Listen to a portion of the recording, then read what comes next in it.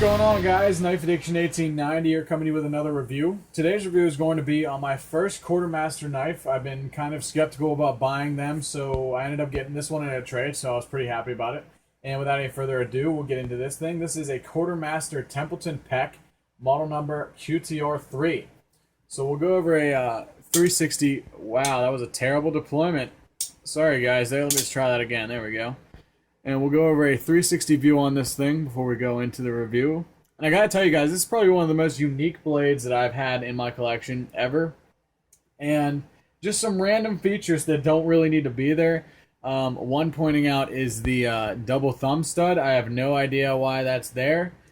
Maybe because of a design flaw, and it's very hard to open up with the first one, so they put a second one in there. I don't know. I have no idea what that is. But it is a flipper, but you can also open it up like that as well.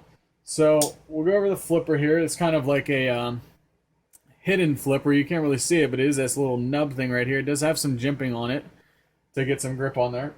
Sometimes it is a little bit hard to open up, like you've seen the first deployment on this video. But most of the time it does open up pretty good, and also very fast.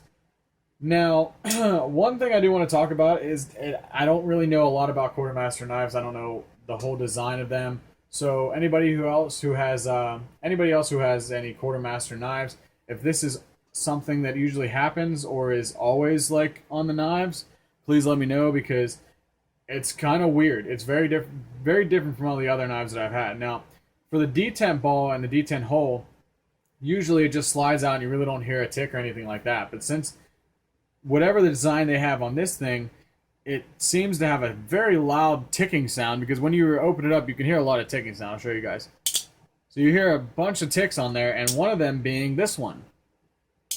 That is the craziest thing I've ever seen. I've never seen a knife that can actually, that's either they have the detent hole drilled out so much that it takes a good bit of force to pull that out, which is also good. I mean, this thing ain't coming out, you know.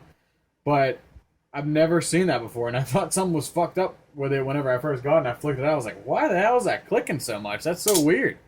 It's like 3 clicks, you know. So you got this one, you got the second one right here, and then you got the third one that locks it into place.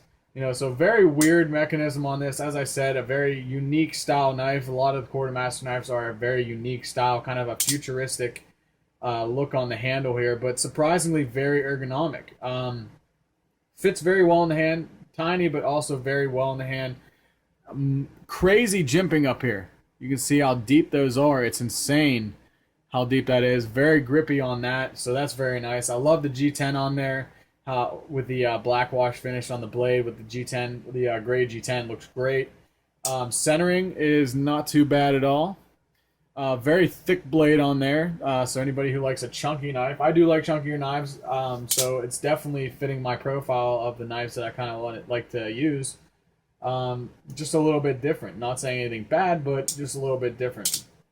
Lockup is not too bad at all. Blade play was a little bit loose whenever I got it, but all I did was just tighten up the pivot screws, and then it was totally fine. Back to really nice and tight blade on there, not any blade play anymore. So overall, a very unique style blade. I think the price point on this is about 80 bucks. So as I said when I first started this video, I didn't want to kind of throw out the money, you know, to get something that I wasn't sure that I wasn't going to get, especially if it's like $80 to $100. You know, if it was 20 to 30, I'd be like, okay, well, I might as well just try it. It's only 20, 30 bucks. But if I'm going to throw out like 80, 90 bucks and not like it, you know, somebody else might not like it, and I might not be able to get this traded away. So definitely really glad that I got this in a trade, and I actually like it, and I mean, I'm going to keep this thing. It is pretty cool. It does need sharpened, but other than that, it's not too bad at all. I'm guessing this is a limited run of this knife, or just the maybe the black wash, so he has a little issue with flipping that out right there. But I think the black wash blade is a limited run, because it does come with a certificate of authenticity. I don't know if it's going to come up on there. Oh, yeah, we did get it on there. Okay, so we got 142 out of 300, which is really nice. And it does come with a certificate of authenticity right here that says, I, blah, blah, blah, an authorized employee of Quartermaster Manufacturing Company, do declare that this knife is number 142 out of 300 and has been tested and found to be perfect production quality. with the model number and the date on which that was made, with the back saying, "Don't expect a successful mission, prepare for it, Quartermaster." So really cool feature about that. I don't know what their guarantee on their knives are. If anybody does, please let me know how good it is. But overall, very cool knife, I have to tell you. Very weird, but very cool, and I'm glad that it fits well in the hand and very ergonomic. So only thing I have to do is just sharpen it up and be pretty nice. I'm definitely going to use this thing for sure. So let's get into some, let's get into some specifications here.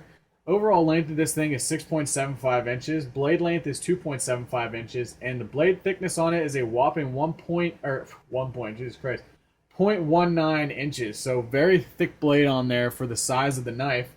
Blade steel on it is CPM 154, which is not too bad at all. Handle material is G10, gray G10.